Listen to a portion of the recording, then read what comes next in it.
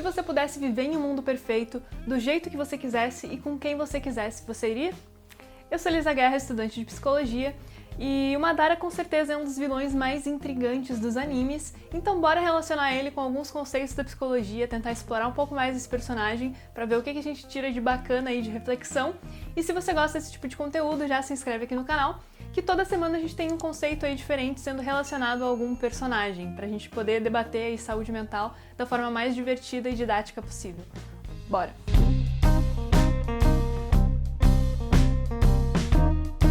Já deixa o seu like que isso ajuda bastante o canal. Madara tinha um grande plano, ele consistia basicamente falando em um mundo perfeito onde cada um viveria em seu mundo ideal. E é uma ideia muito tentadora tendo em vista o contexto que o Madara viveu. Na realidade do Madara, era muito difícil escapar do sofrimento. Um mundo cercado por guerras, disputa de poder, destruição e dor, deixando traumas aí quase irreversíveis nos personagens como Naruto, Sasuke, Gaara, Kakashi e tantos outros que a gente conhece ao longo da história e que foram intimamente feridos pelo contexto que os cercavam. E toda essa dor fazia com que Madara quisesse amenizar esses sentimentos ruins que tomavam conta dele também. E de muita gente. A época que o Madara viveu era ainda pior, era mais complicada, fazendo ele perder seus irmãos e todas as pessoas que ele amava. Madara não queria apenas um mundo sem dor, que é a filosofia do Pen. O Madara ia além disso, ele buscava o mundo perfeito, sem nenhum sentimento negativo, onde as pessoas viveriam cada uma como em um sonho, fora da realidade, onde nenhum mal poderia atingir. 輪廻の力を持つ者が月に近づきしとき、無限の夢を叶えるための月に映せし目が開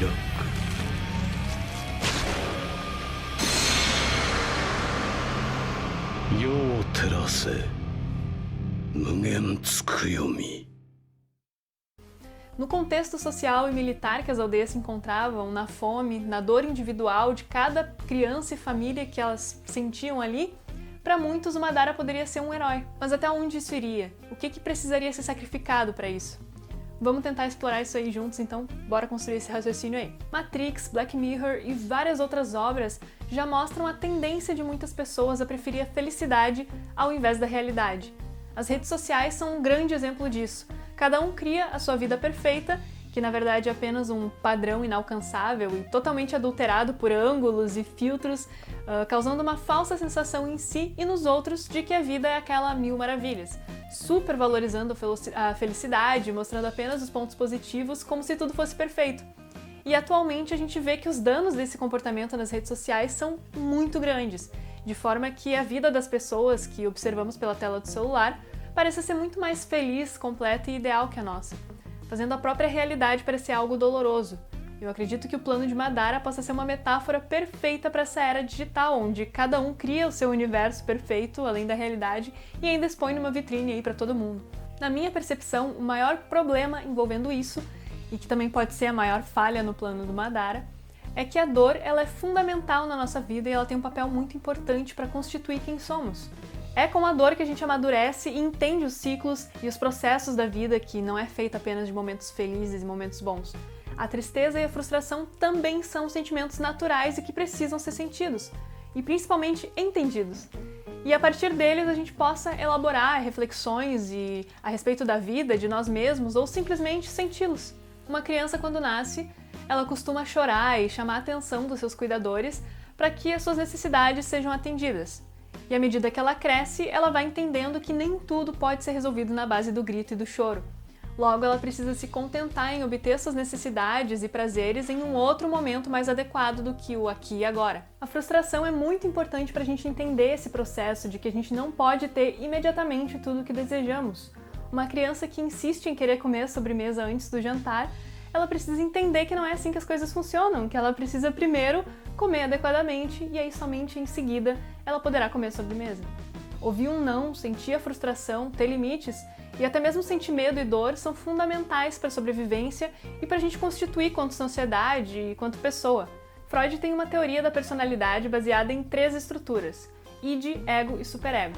Ele diz que os humanos tendemos sempre a buscar mais prazer e menos desprazer. E vamos tentar entender de uma forma aí bem resumida como que cada uma dessas estruturas funcionam e tudo isso que eu tô falando vai fazer ainda mais sentido. Id seria a estrutura mais primitiva, da qual está sempre buscando prazer imediato. É lá onde habitam os nossos desejos, dos quais nem nós mesmos temos consciência. E no id, tudo o que importa é que esses desejos sejam saciados, a qualquer custo, como se fosse uma criança mimada dentro de nós.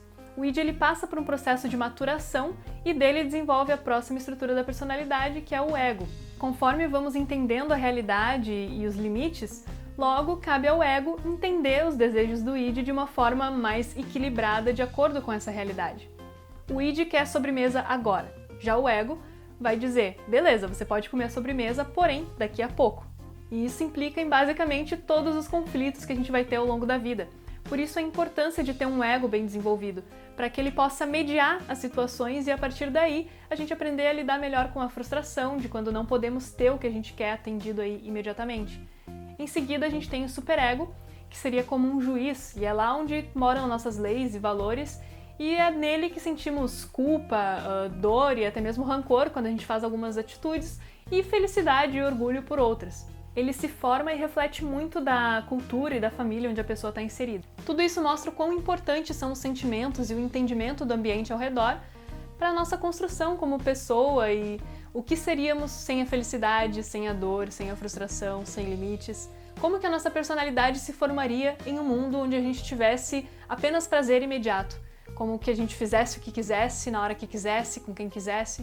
Na minha opinião, essa é a grande falha do Madara, e eu acredito que num cenário desses, o ser humano seria sua própria ruína, por não fortalecer em nada o seu ego e se alienar completamente nos seus desejos e fantasias. A animação chamada Divertidamente também mostra outra perspectiva sobre a importância aí de cada sentimento em nós, incluindo a tristeza. Eu recomendo super para todas as idades essa animação, ela é ótima. A dor de perder quem a gente ama também é algo muito forte e complicado na existência humana. A gente tem alguns vídeos que falam sobre as fases do luto, como o WandaVision e o vídeo do Kakashi, que eu vou deixar aqui no card. E cada pessoa passa pelos estágios do luto da sua forma, algumas nem passam por alguns estágios, afinal, somos todos diferentes e temos maneiras diferentes de lidar com a perda e com a dor, mas é inegável a importância de senti-las e de amadurecer com elas. Apesar do final trágico do Madara, nada anula o quão importante esse personagem é, não só para a narrativa, mas também para a gente refletir e aprender com essas questões de tudo que ele representa e dessa aceitação da dor e da frustração como parte da vida.